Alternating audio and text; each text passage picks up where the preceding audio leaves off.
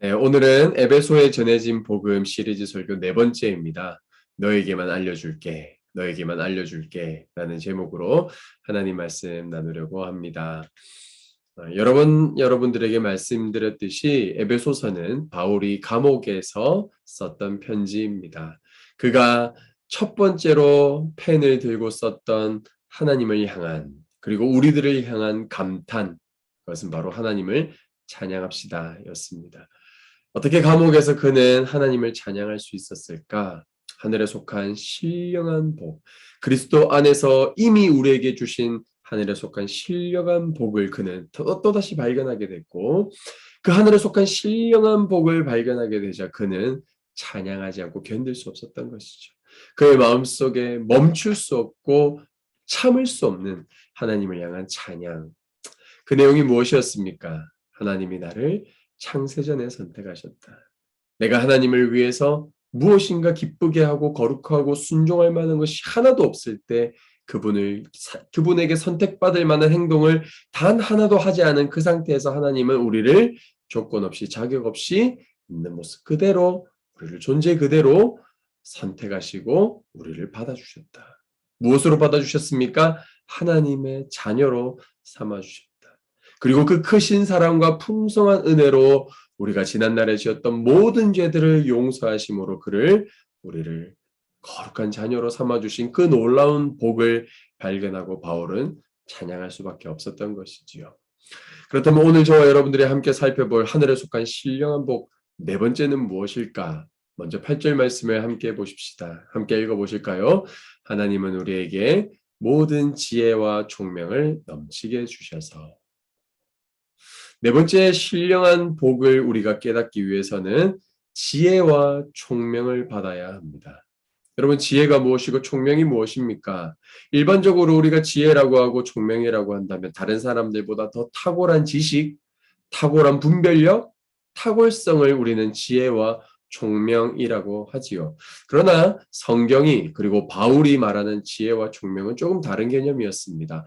헬라어로 소피아와 프로네시스라는 단어입니다. 이것은 하나님 관점에서 인생을 보는 능력이고, 그리고 하나님이 나를 어떻게 보시고 내 인생과 내가 살아가는 이 세상을 어떻게 보는지를 내가 깨달아 알아서, 그렇기 때문에 내가 어떤 정체성을 가지고 내가 살아가는 이 현실 속에서 어떻게 분별력을 가지고 행동하는가, 이것이 바로 지혜와 총명이지요. 그렇기 때문에 바울은 이 지혜와 총명은 열심히 공부해서 얻을 수 있는 것이 아니라 하나님이 우리에게 주셔야 한다라고 설명하지요. 놀랍게도 하나님께 속한 하늘에 속한 신령한 복을 4절에서 에베소서 1장 4절에서 14절까지 소개한 이후에 15절부터 20절까지 바울은 기도합니다. 왜냐하면 하나님께서 하늘에 속한 이 온갖 신령한 복은 하나님이 깨닫게 해주시지 않으면 우리가 결코 받을 수 없기 때문에 그렇습니다. 여러분, 에베소서 1장 17절, 18절에 나오는 지혜와 총명을 간구하는 바울의 기도를 한번 들어보십시오. 우리 주 예수 그리스도의 하나님이신 영광의 아버지께서 지혜와 계시의 영을 여러분들에게 주셔서 하나님을 알게 하시고. 여러분, 바울이 지금 기도하고 있습니다. 뭐라고 기도합니까? 영광의 아버지이신 하나님께서 여러분들에게 지혜와 계시의 영을 주시기를 기도하고 있습니다. 왜요?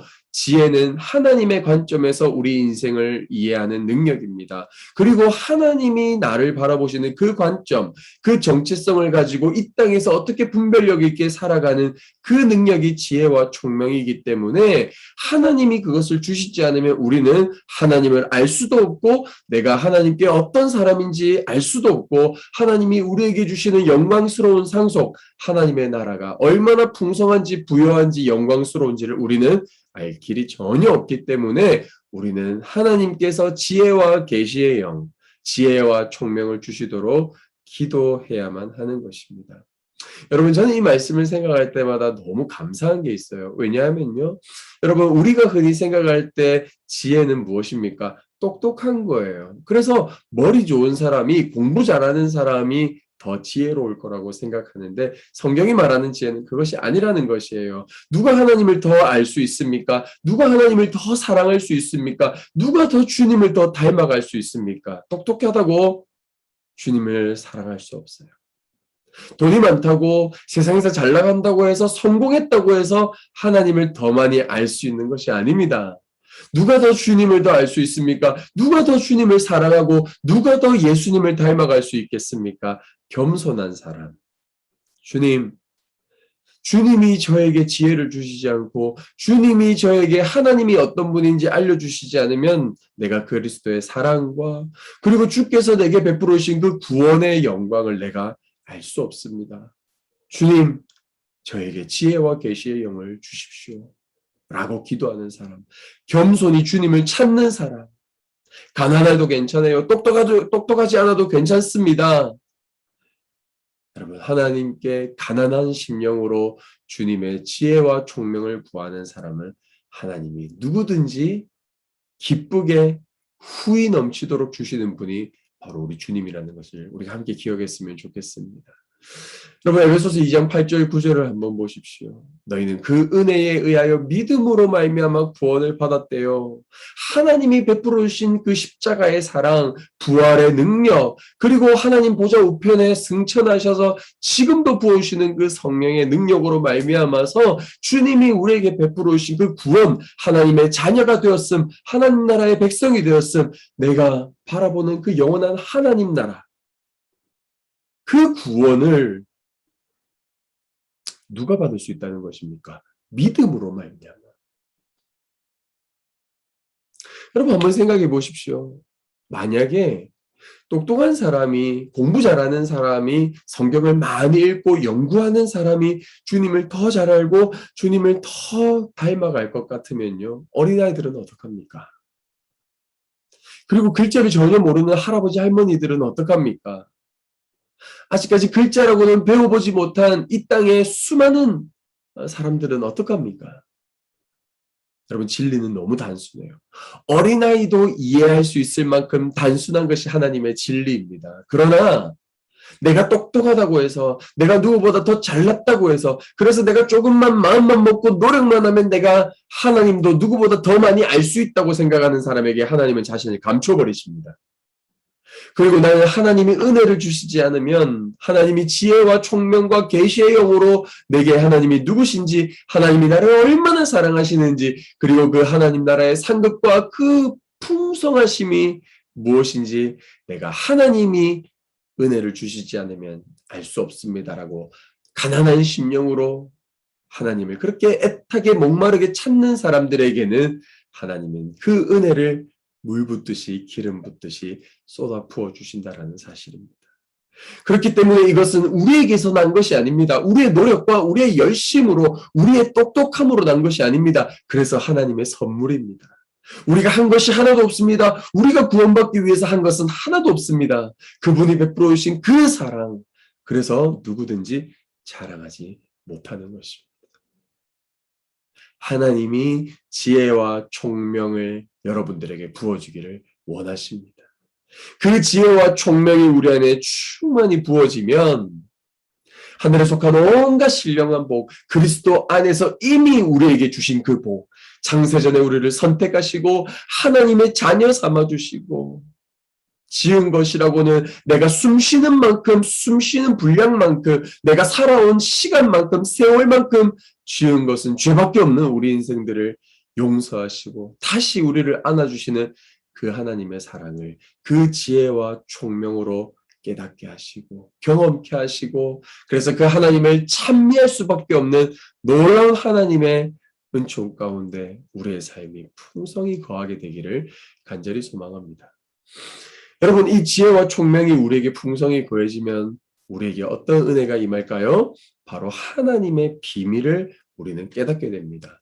에베소서 1장 9절 말씀을 한번 같이 읽어보실까요? 시작. 그리스도 안에서 미리 세우신 하나님이 기뻐하시는 뜻을 따라 하나님의 신비한 뜻을 우리에게 알려주셨습니다. 우리는 표준세번역이라는 번역본을 우리가 함께 읽죠. 그래서 하나님의 신비한 뜻이라고 나와 있는데 개역개정본에는 이 단어가 비밀이라고 해석되어 있습니다. 여러분, 바울 당시에도 이 비밀 종교가 있었어요. 그래서 어떤 특별한 지식과 진리를 우리의 특별한 선택된 소수만 소유하고 점유하고 있다라는 그 비밀스러운 사이비 종교들이 있었습니다. 그 비밀이라는 단어를 바울이 지금 차용해서 하나님의 비밀을 우리에게 알려주셨다. 그만큼 하나님과 우리가 특별할 만큼 가깝고 선택받은 사람이라는 것을 바울이 지금 우리에게 소개하고 있는 것이에요. 여러분, 비밀을 나누는 사이는 어떤 사이입니까? 여러분, 중고등학교 때 그런 친구 없었습니까? 내가 너한테만 알려줄게. 오늘 말씀 설교 제목이 뭡니까? 너한테만 알려줄게. 비밀이야. 아무한테도 말하지 마. 라고 말하는 순간 그 비밀을 공유하는 사이. 정말 내가 너를 베스트 프렌드로 이 비밀을 너한테만 알려줄 만큼 나는 너를 소중히 생각한다라고 이야기하는 것이지요. 요한복음 15장 15절에 예수님이 제자들에게 실제로 이렇게 이야기하고 있습니다. 함께 보실까요? 이제부터는 너희를 종이라 하지 아니하리니 종은 주인의 하는 것을 알지 못함이라. 예수님이 지금 제자들을 향해서 뭐라고 부르십니까? 너희를 친구라 하였노니. 친구는 어떤 사이입니까? 내가 아버지께 들은 것을 다 너희에게 알게 하였습니다. 내가 너한테만 얘기해 줄게.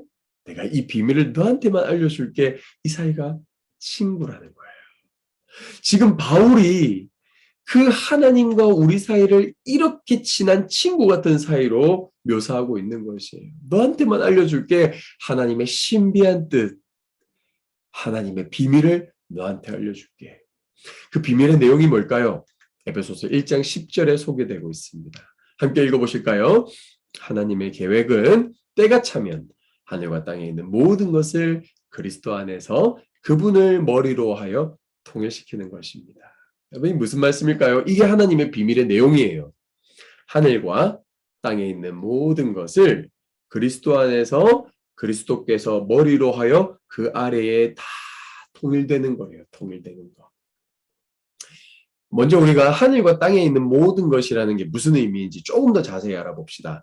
다른 성경의 바울의 다른 서신서에 보면 하늘과 땅에 대해서 이렇게 묘사하고 있습니다. 골로새서 1장 16절을 읽어보실까요? 만물이 그분 안에서 창조되었습니다. 근데 이 만물을 뭐라고 하냐면 하늘에 있는 것들과 땅에 있는 것들이라고 묘사하고 있어요. 하늘에 있는 것은 눈에 보이는 것도 있지만 구름과 같은 별과 같은, 그러나 하늘에 있는 것들은 눈에 보이지 않는 것들이 훨씬 많죠. 땅에 있는 것들도요. 그래서 그 밑에 뭐라고 구체적으로 좀 더 상세하게 소개합니까? 보이는 것들과 보이지 않는 것들. 그리고 좀 더 몇 가지 더 세밀하게 단어를 소개하는데 왕권, 주권, 권력이나 권세나 할 것 없이 모든 것이 그분으로 말미암아 창조되었고 그분을 위하여 창조되었습니다. 왕권, 주권, 권력, 권세 이것을 의도적으로 바울이 지금 소개하는 이유는 뭘까요? 하나님이 모든 만물의 주권을 가지고 계신 분이라는 거예요. 창조주라는 거예요. 주인이라는 뜻인 거예요. 그래서 하늘에 있는 것들과 땅에 있는 모든 것들, 다시 말해서 보이는 것들, 눈에 보이는 것들, 그리고 눈에 보이지 않는 세계, 이 모든 만물, 이것이 하나님을 위해 하나님으로부터 창조되었고 그분을 위해서 창조되었다라는 것. 빌립보서에는 이것을 어떻게 표현하는지 아십니까? 함께 읽어보실까요?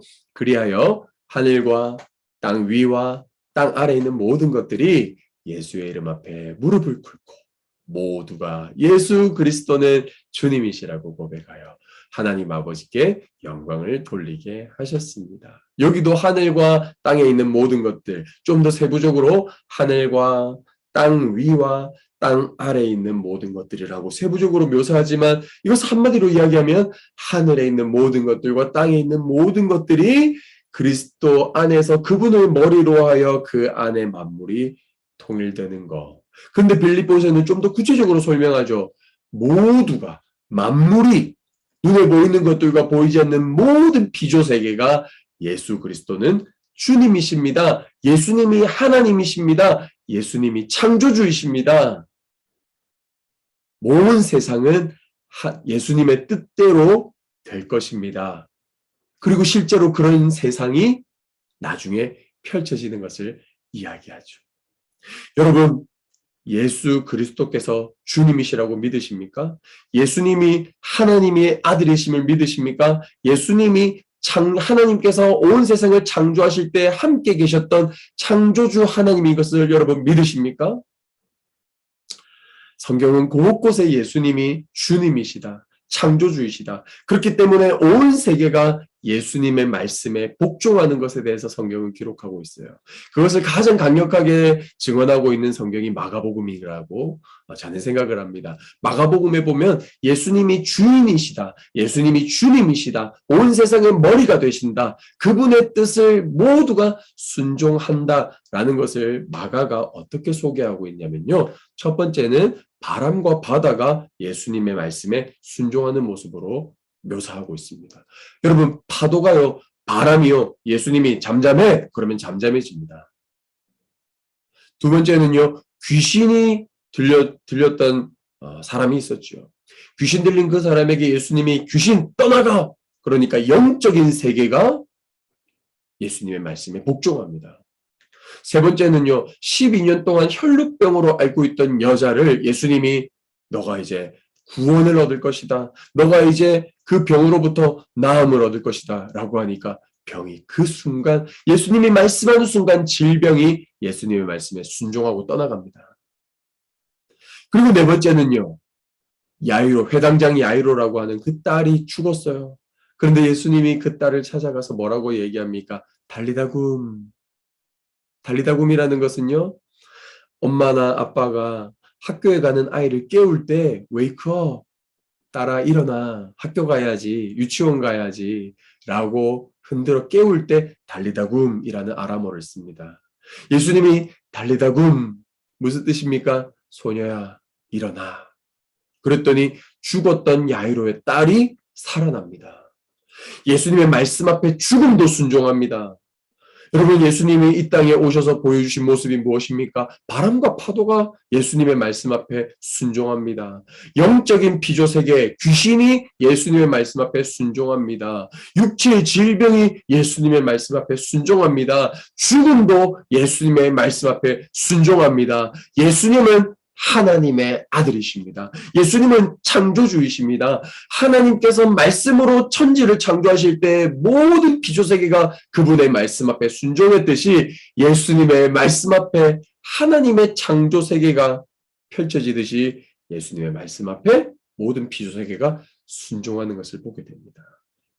자연세계가 순종하고요, 영적 세계가 순종하고요, 질병이 순종하고요, 죽음도 예수님 앞에 힘을 잃고 떠나가게 됩니다.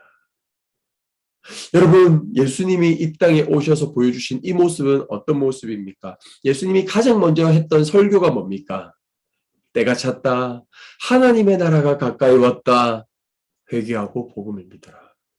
예수님이 지금 이 땅에 오신 것이 무슨 사건입니까? 하나님의 나라가 온 사건이에요. 하나님의 통치가 시작된 사건이에요. 그리고 예수님이 실제 자기 삶을 통해서 하나님의 나라, 다시 말해서 하나님의 통치, 그 왕이신 하나님이 지금 누구로 오신 겁니까? 예수님으로 오셔서 모든 피조세계가 하나님의 말씀으로 창조되듯이 예수님의 말씀 앞에 바람과 파도도 귀신도 질병도 죽음도 순종하는 것을 통해서 예수님이 하나님이시다라는 것을 지금 증언하고 있는 것이죠.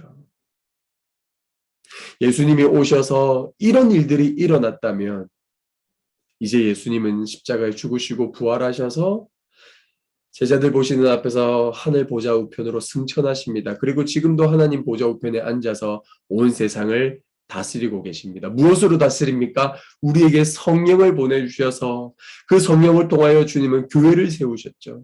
그리고 교회에 성령을 부어주셔서 지금도 교회를 통하여 하나님은 이 세상을 다스리고 계십니다. 그리고 그분은 약속하셨듯이 다시 오실 것입니다. 그리고 다시 오셔서 이 깨어지고 망가진 세상, 죄로 인해 완전히 오염된 세상, 하나님이 창조하셨을 때 보시기에 심히 좋았다고 했던 그 세상이 지금은 보시기에 심히 망가져버리고 깨지고 고통스러운 이 현실을 주님은 다시 회복시키시고 완전한 하나님의 나라로 그분은 만드실 것입니다. 이것이 하늘과 땅에 있는 모든 것들이 그분을 머리로 하여 그 안에서 통일되는 것. 원래 지으신 피조세계대로 보시기에 심히 좋았다고 말씀하시는 그 세상으로 완전히 회복되는 것을 지금 바울이 하나님의 비밀이라고 소개하는 것이에요. 요한도 이 환상을 봤습니다. 요한계시록 여러분 21장 22장을 보십시오. 그것은 예수님께서 재림하시면 새하늘과 새 땅이 이 땅에 회복되면서 지금 우리가 살아가는 이 고통스럽고 불완전하고 깨어진 이 세상이 어떻게 변화되는지를 요한계시록에서 요한이 환상을 보고 우리에게 소개해 줍니다. 특별히 21장 3절 4절이 이 깨어진 세상이 어떻게 회복될지 가장 선명하게 보여주는 말씀 중에 하나인데요. 같이 한번 화면에 보시고 읽어보실까요? 시작. 그때 나는 보좌에서 큰 음성이 울려 나오는 것을 들었습니다. 보아라, 하나님의 집이 사람들 가운데 있다. 이것이 무엇입니까? 영원한 하나님 나라죠. 예수님이 다시 오셔서 회복될, 완성될 하나님 나라의 모습을 하나님의 집이라고 소개하고 있습니다. 거기에 어떤 일이 있습니까? 하나님이 그들과 함께 계실 것이요. 그들은 하나님의 백성이 될 것이다. 하나님이 친히 그들과 함께 계시고 그들의 눈에서 모든 눈물을 닦아주실 것이니. 왜 주님이 눈물을 닦아주십니까? 다시는 죽음이 없기 때문입니다. 슬픔도 없고요, 울부짖음도 없고 고통도 없을 것이다. 이전 것들이 다 사라져버렸기 때문이다. 이것이 완성될 하나님 나라의 모습입니다. 예수님은 지금 하나님 보좌 우편에서 성령을 보내셔서 이 땅에서 예수님이 오셔서 하신 일들을 계속해서 하고 계시지만 주님은 반드시 다시 오실 것입니다. 왕으로 오셨듯이 왕으로 오셔서 이 땅 가운데 하나님의 다스림을 거역하고 있는 모든 피조세계가 예수를 그리스도라고 주님이라고 그분 앞에 무릎을 꿇고 고백하면서 그분의 다스림에 완전히 순종하면서 그분이 꿈꾸시는 세상으로 완전히 회복될 것을 주님이 우리에게 말씀하고 계세요. 바울은 이것을 본 거예요. 바울은 감옥 안에서 오늘 죽을지 내일 죽을지 모르는 자신의 그 처량한 인생에 함몰되지 않았어요. 내가 지금 처해 있는 이 현실이 내 인생의 끝이 아니다. 나는 주님 앞에 설 날이 있다. 그리고 완성될 그 하나님 나라에서 그분이 나를 안아주시고 이 땅에서 그리스도의 복음과 그리스도를 따라 살아가면서 흘렸던 눈물들, 복음 전하면서 갇혔던 그 감옥의 수많은 세월들을 주님이 알고 계셔서 그 눈에서 흐르는 눈물들을 닦아주시고 죽음도 없고 슬픔도 없고 울부짖음도 없고 고통도 없는 그 영원한 하나님 나라에서 두 팔 벌려서 바울이 들어오기만을 기다리고 계시는 그 하나님을 본 거예요. 바울이 그것을 보고 찬양한 거예요. 이것이 하나님의 비밀이라는 것을, 이것을 감옥에 갇혀있는 이 비천한 죄수인 나에게 가르쳐 주신 것에 대해서 바울은 지금 감탄하면서 하나님을 찬양하자고 이야기하는 거예요.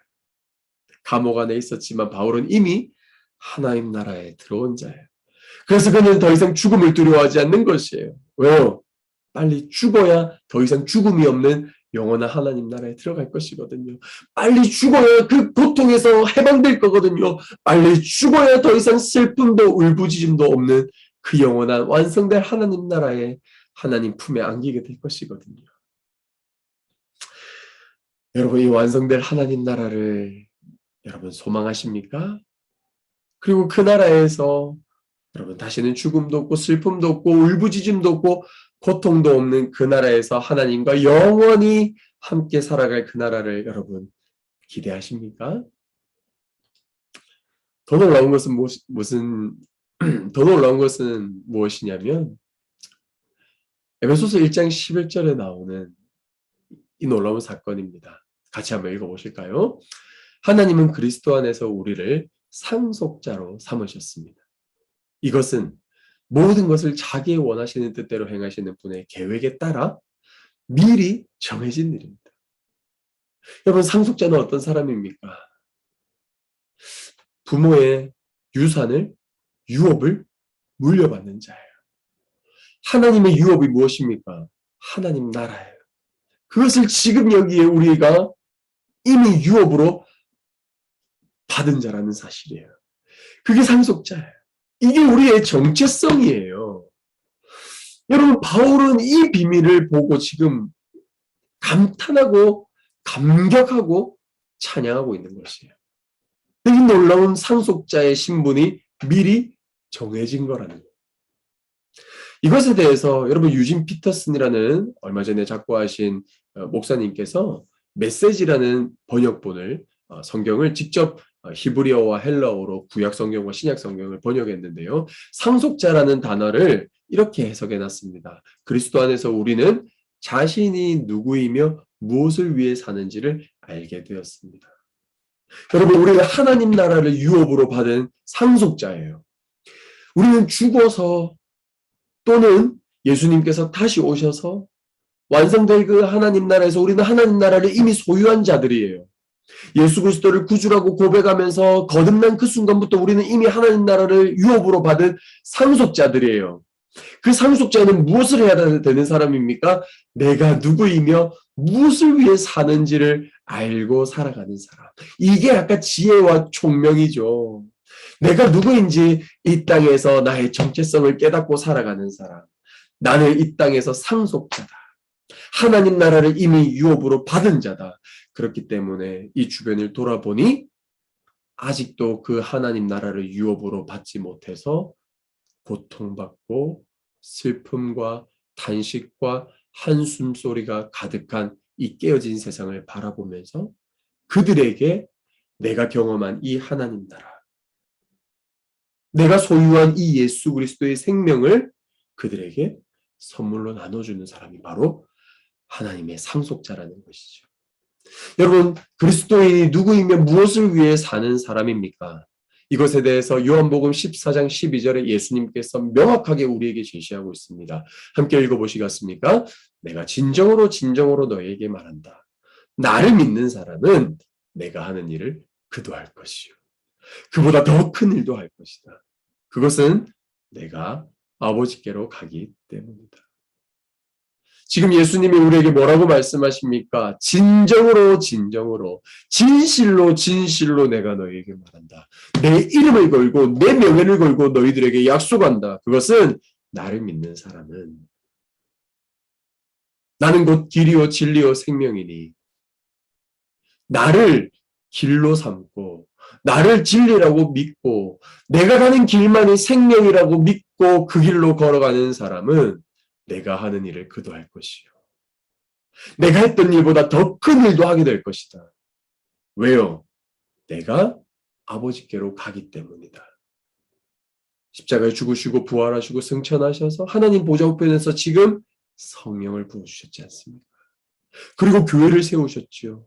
그리고 그 교회에 저와 여러분들을 모으셨죠. 그리고 하나님은 이 함께 세워져가는 교회에 성령을 붓고 계십니다. 왜요? 예수가 가신 그 길, 예수가 선포한 그 진리, 예수만이 생명이라는 그 사실. 그래서 예수님께서 이 땅에 오셔서 하신 그 일을 저와 여러분들이 하도록 우리를 부르고 계시다라는 것이에요. 이것이 하나님의 상속자예요. 이것이 이 땅에서 하나님 나라를 누리고 하나님 나라를 누군가에게 선물하며 하나님 나라를 확장하는 사람들의 특권인 것입니다. 바울은 지금 감옥에서 이것을 깨달은 거예요. 이게 하나님의 비밀이에요. 그래서 감옥에서 지금 바울이 무슨 얘기를 하는 것입니까? 내가 복음 전하다가 감옥에 간 것으로 인하여서 나 때문에 너무 슬퍼하지 마. 너희들 하나님의 상속자야. 너희들 지금 사명이 있어. 너희들 지금 나를 걱정하느라 시간 보내지 말고 너희들에게 주어진 그 사명 감당하느라 시간 낭비하지 말고 부지런히 예수께서 걸어가신 그 길, 예수께서 보여주신 그 진리, 예수께서 생명 되신 그 놀라운 진리를 선포하고 주님이 걸어가신 그 길, 가난한 자들을 찾아가시고 병든 자들을 찾아가시고 소외된 사람, 친구가 없는 자들, 외로운 자들, 고통받고 있는 이 깨어진 현실 속에 너희들이 참여해서 그곳에서 내가 그들을 만나주고 내가 그들을 치유해주고 내가 그들을 회복시켰던 것처럼 나는 너희들을 통해서 난 너희들이 그 일들을 계속해서 반복하고 이어갈 거야. 여러분이 어떤 사람인지 아십니까? 예수님이 하는 일을 여러분들도 하는 사람들이에요. 예수님보다 더 큰 일을 할 수 있도록 예수님께서 하나님 보좌 우편에서 지금 여러분들에게 성령을 부어주고 계세요. 여러분 자신에 대해서, 여러분의 정체성에 대해서 다시 생각하시길 바랍니다. 목사님, 저는 특별하게 특출난 능력이 없는데요. 직장에서 그저 하루 먹고 살아가기가 너무 바쁜 인생인데요. 네, 저를 교회의 목사로 보냈듯이 하나님은 여러분들의 직장에서 선교사로 살아가길 원하십니다.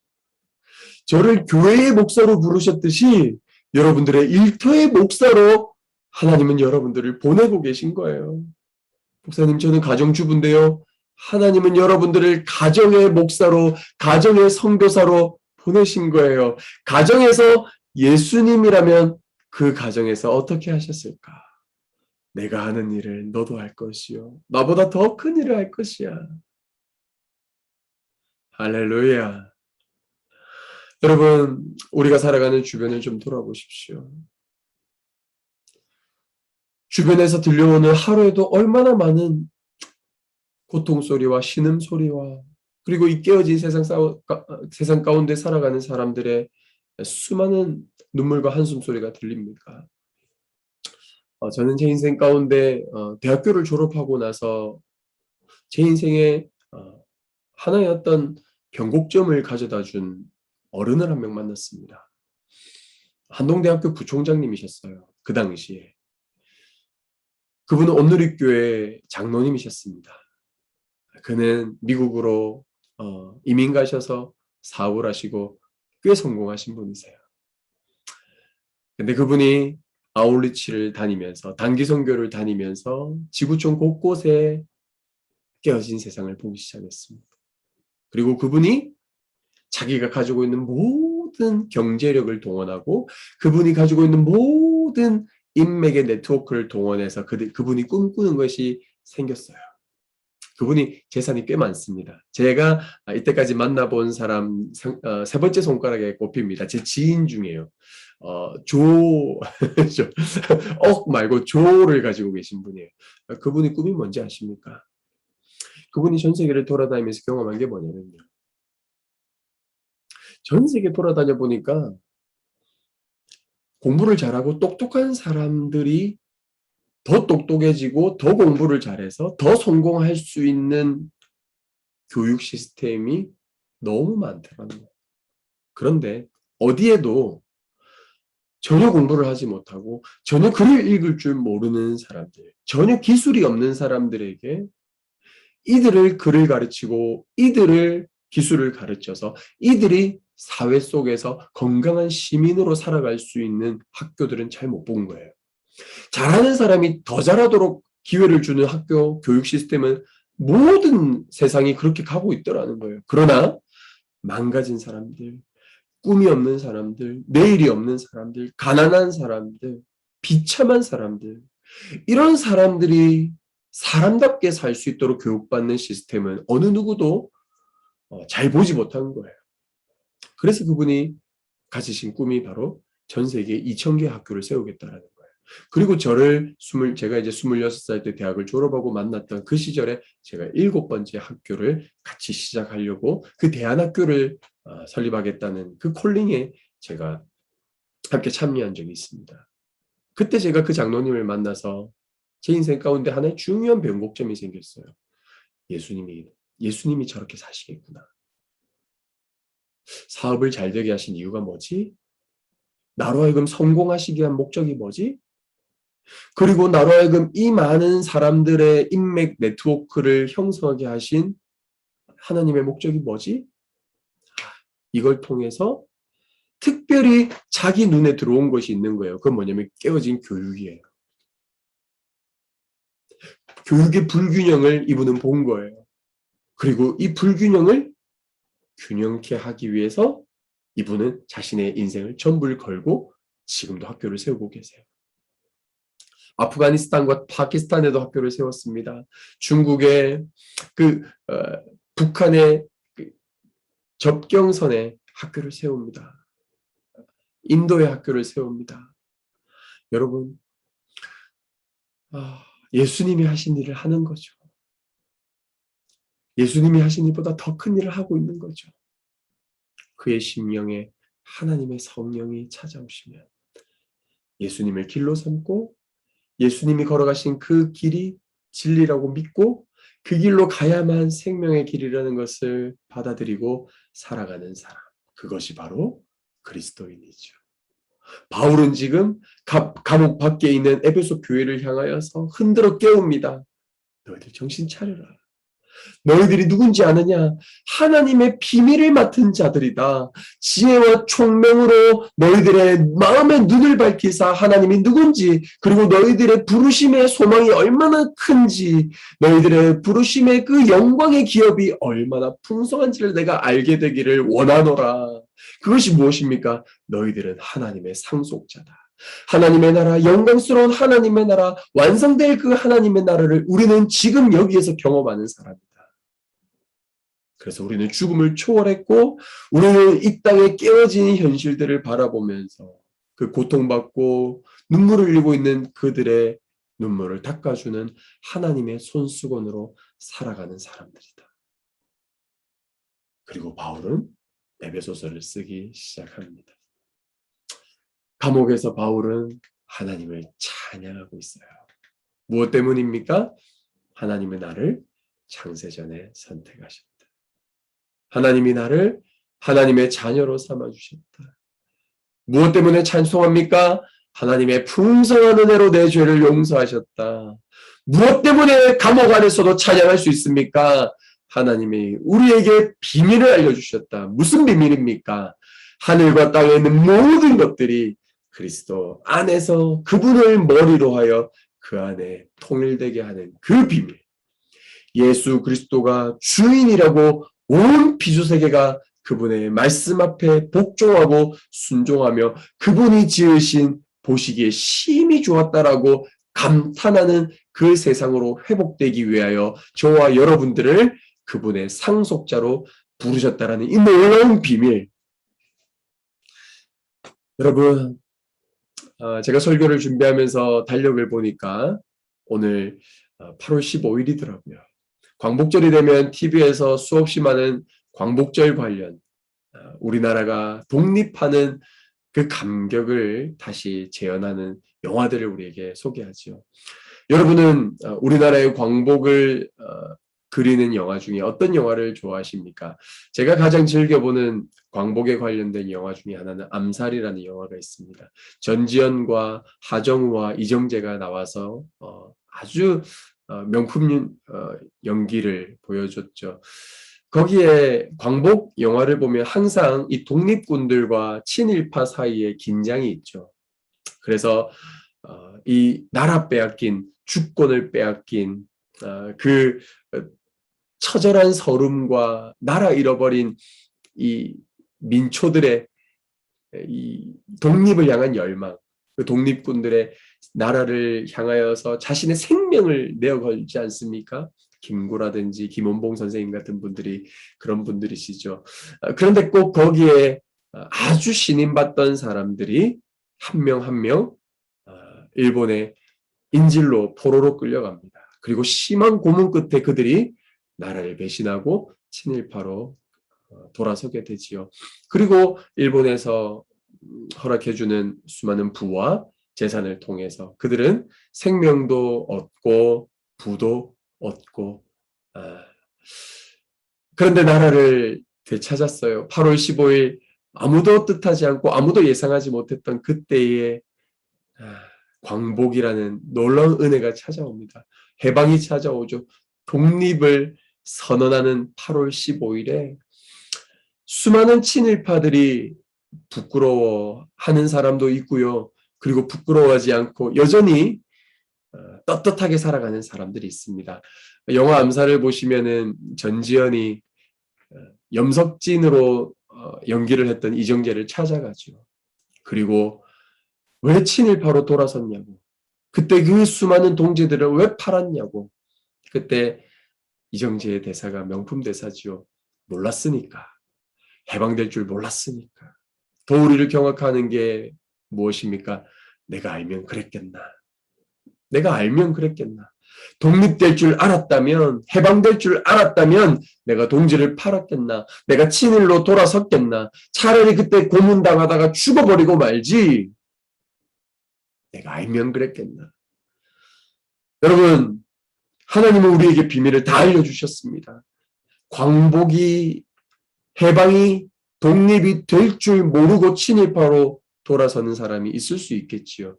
그러나 우리는 예수 그리스도를 통하여 이미 하나님 나라가 왔고 예수님께서 다시 오실 때 예수님께서 보여주신 그 하나님 나라를 완성된 이 세상, 모든 피조 세계가 예수 그리스도를 주님이라고 고백하는 그 세상이 올 것을 우리는 이제 알아버렸습니다.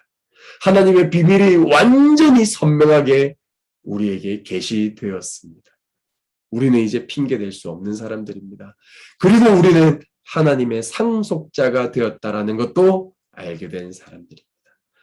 우리는 어느 누구도 예외 없이 목사든 목사가 아니든 하나님의 심판대 앞에 서게 될 것입니다. 주님이 우리 한 사람 한 사람에게 물으시겠죠.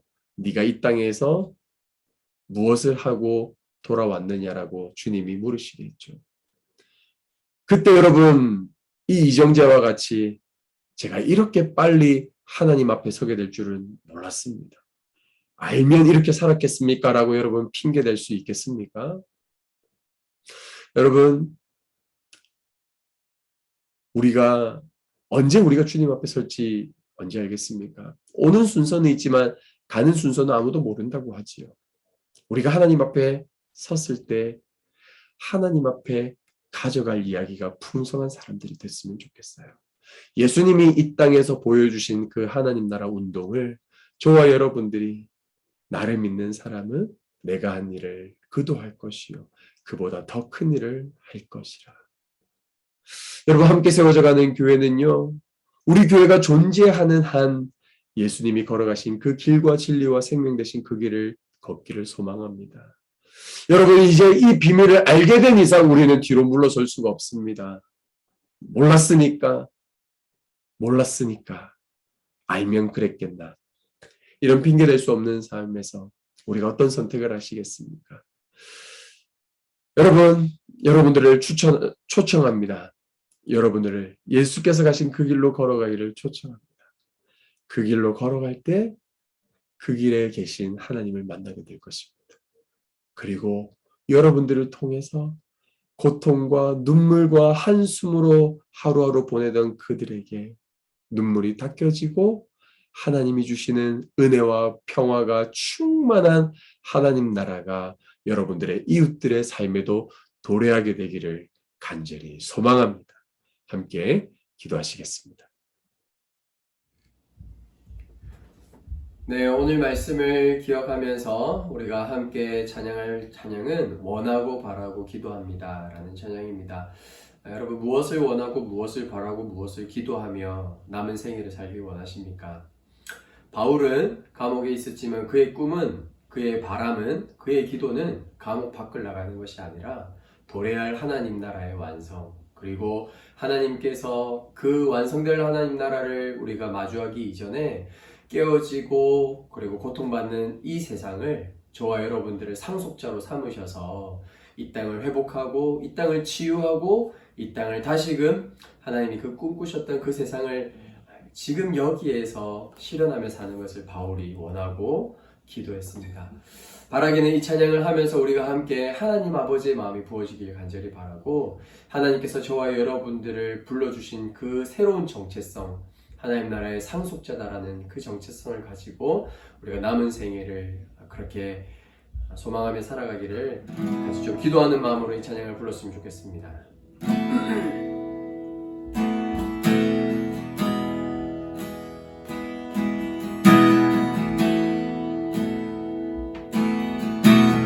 이 세상을 살아가는 동안에 나의 힘을 의지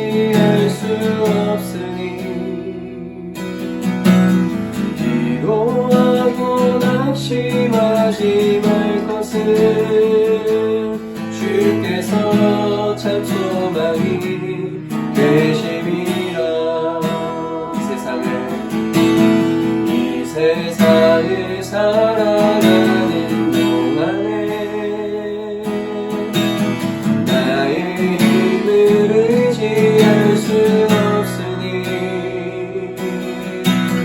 기도하고 낙심하지 말 것을 주께서 참 소망이 되심이라. 하나님의 꿈이 나의 비전이 되고 예수님의 성품이 나의 인격이 되고 성령님의 권능이 나의 능력이 되기 원하고 바라고 기도합니다. 주의 길을 가는 주의 길을 걸어가는 동안에 세상에 곧 의지할 수 없으니 감사하고 낙심하지 말 것을 주께서 참 기쁨이 되시리라. 주의 길을 걸어가는 동안에 주의 길을 걸어가는 동안에 세상에 곧 의지할 수 없으니 감사하고 낙심하지 말 것을 주께서 참 기쁨이 되심이라. 하나님의 꿈이 나의 비전이 되고 예수님의 성품이 나의 인격이 되고 성령님의 권능이 나의 능력이 되기 원하고 바라고 기도합니다. 하나님의 꿈이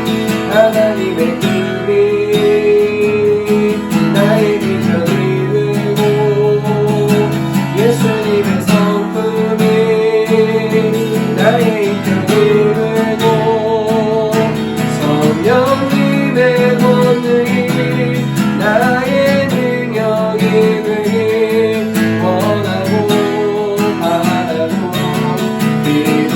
마지막으로 하나님의 꿈이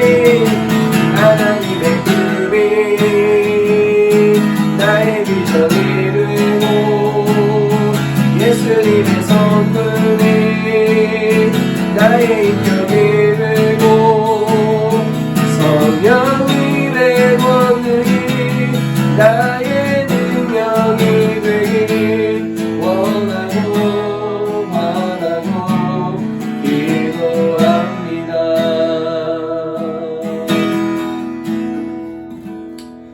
말씀을 기억하시면서 우리 세 가지를 놓고 기도합시다. 하나님, 지혜와 총명을 풍성하게 부어주시옵소서.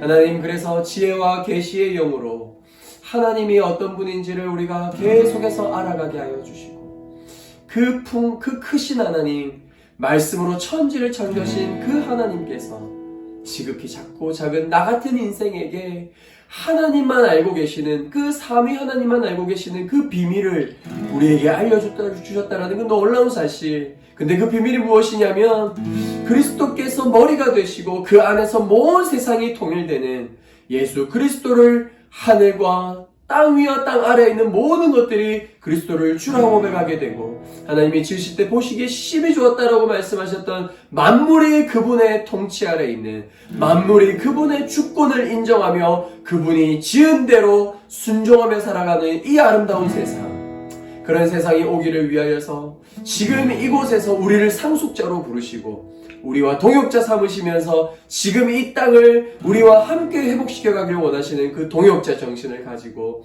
하나님 우리가 살아갈 수 있도록 하나님 우리에게 그 꿈을 주십시오. 이 깨어진 현실을 마주하게 하여 주십시오. 하나님, 그리고 함께 아파하게 하여 주시고 주님의 마음으로 울게 하여 주시고 주님의 마음으로 내 힘으로는 불가능하기에 그렇게 더더욱 겸손히 무릎 꿇고 하나님께 기도할 수 있는 하나님 그런 한 사람 한 사람 그리고 함께 세워져가는 교회 되게 하여 주시옵소서. 예수를 길로 삼아서 예수께서 가신 그 길을 걸어갈 수 있는 우리 교회 되게 하여 주시고 우리 가정 되게 하여 주시옵소서. 우리에게 그렇게 성령의 은혜를 성령의 기름을 부어달라고 이 시간 함께 기도하며 나갑시다. 같이 기도하시겠습니다.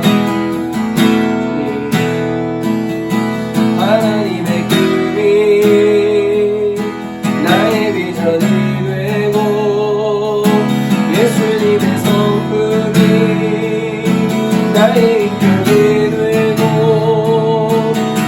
성령님의 권능이 나의 능력이 되길 원하고 바라고 기도합니다.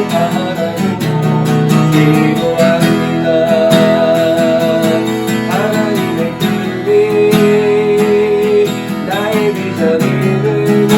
나의 비전이 되고 예수님의 성품이 나의 인격이 되고 성령님의 권능이 나의 능력이 되길 원하고 바라고 기도합니다.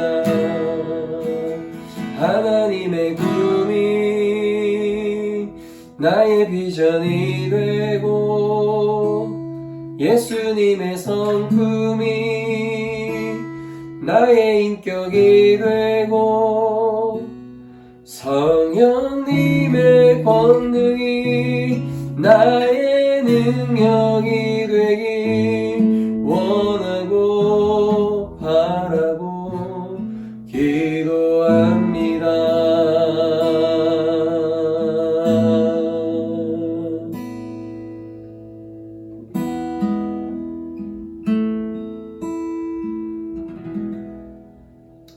예수께서 가라사대 진실로 진실로 너에게 말하노니 나를 믿는 자는 내가 한 일을 그대로 할 것이요 그보다 더 큰 일을 행할 것이니 내가 아버지께로 감이라.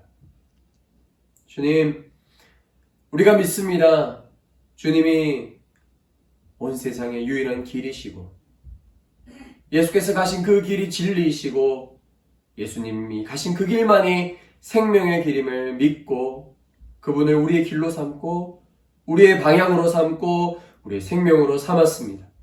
주님, 우리 힘은 부족하고 우리의 능력은 약하지만 그 길로 걸어가기로 결정한 사람들에게 세상 끝날까지 함께하겠다고 약속하셨고 내가 아버지께로 감으로 인하여 성령을 물붓듯 기름 붓듯 너에게 부어주어서 그 하나님의 생명의 영으로 예수께서 가신 그 길을 끝까지 걸어갈 수 있도록 우리의 힘이 되어주시고 우리의 능력이 되어주시겠다고 약속하신 그 하나님 붙들고 주님이 주시는 그 힘과 주님이 주시는 그 성품과 주님이 주시는 그 길을 따라서 예수께서 가신 그 길을 끝까지 걸어갈 수 있는 우리 한 사람 한 사람, 우리 사랑하는 성도들 가정, 그리고 함께 세워져가는 교회 되게 하여 주시옵소서. 이제는 예수 그리스도의 은혜와 하나님 아버지의 사랑과 성령님의 교통하심이 예수를 길과 진리와 생명으로 삼고 그 길로 우리의 인생이 끝나는 날까지 영원한 하나님 나라를 마주하는 그날까지 그래서 하나님의 심판대 앞에서 주님, 내가 그 길을 끝까지 걸었습니다 라고 주님 앞에 풍성한 이야기거리를 가지고 하나님을 마주하기로 결심하는 우리 사랑하는 성도들 머리 위에 그리고 그 가정과 일터 위에 그리고 우리 사랑하는 자녀들 지연이와 현주와 혜환이, 한결이, 하음이, 다니, 담비, 다나, 하준이, 하담이, 하희 그리고 지한이 위에 그리고 지금도 이 땅에 깨어진 가정들을 부둥켜 안고 그 가정의 치유를 꿈꾸며 함께 몸된 가정을 이루어가는 이삭의 집 위에 그리고 튀니지 땅에서도 그 하나님 나라가 도래하기를 소망하는 마음으로 복음 전하고 있는 선교사님들 위에 이제로부터 영원토록 함께 계시옵기를 간절히 축원하옵나이다. 아멘.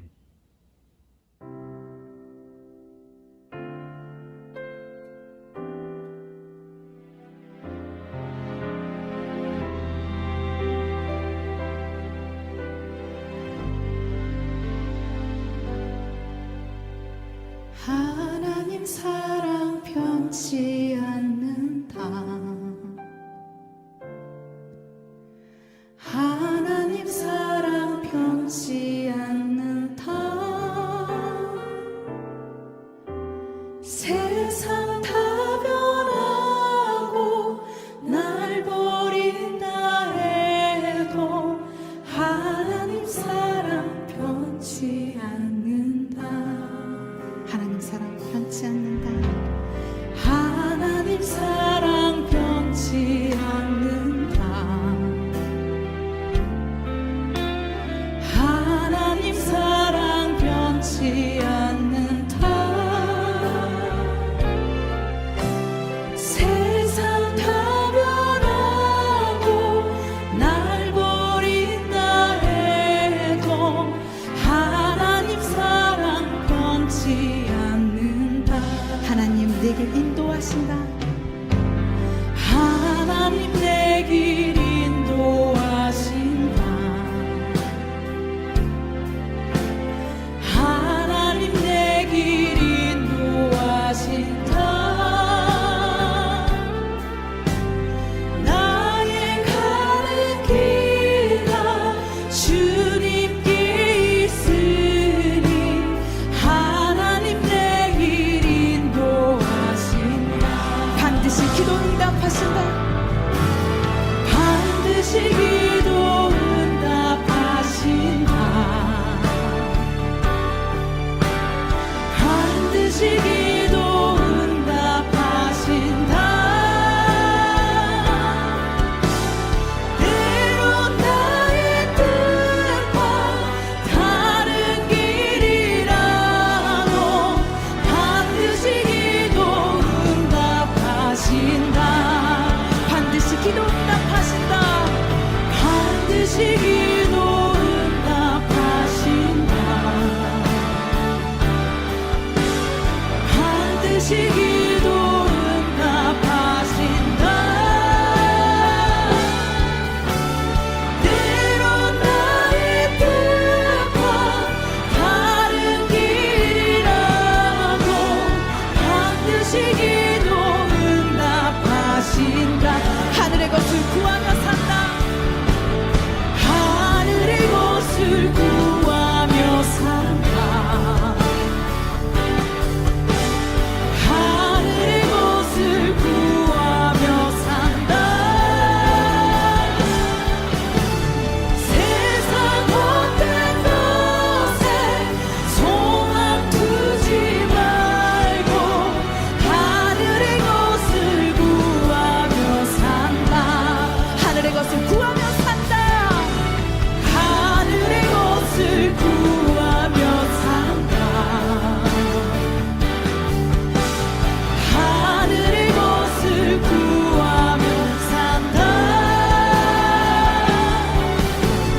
세상 헛된 것에 소망 두지 말고 하늘의 것을 구하며 산다. 세상 헛된 곳에 소망 두지 말고 세상 헛된 것에 소망 두지 말고 하늘의 것을 구하며 산다. 하늘의 것을 구하며 산다. 하늘의 것을 구하며 산다. 하늘의 것을 구하며 산다. 하늘의 것을 구하며 산다. 주께 감사와 영광의 박수를 드리겠습니다.